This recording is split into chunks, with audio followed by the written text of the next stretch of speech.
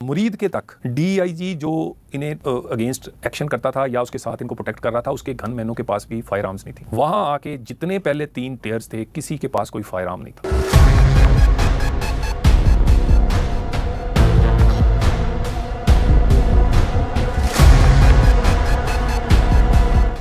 ये देखिए जी, ये तो सबसे आगे चलता हुआ आ रहा है, इसने बंदूक पकड़ी और स्ट्रेट फायर करता जा रहा है। ये देखें जी, ये इंसानी खून जा रहा है, ये इंसानी खून है। ये हमारे अभी कारकुन को अभी इसकी गोली लगी है। G3 पकड़ी हुई है इसने। G3 जो आर्मी के पास होती है, ये वो गन है। G3 गन पकड़ी हुई है उसने और वो लगातार स्ट्रेट फायर कर रहा है। तो ओए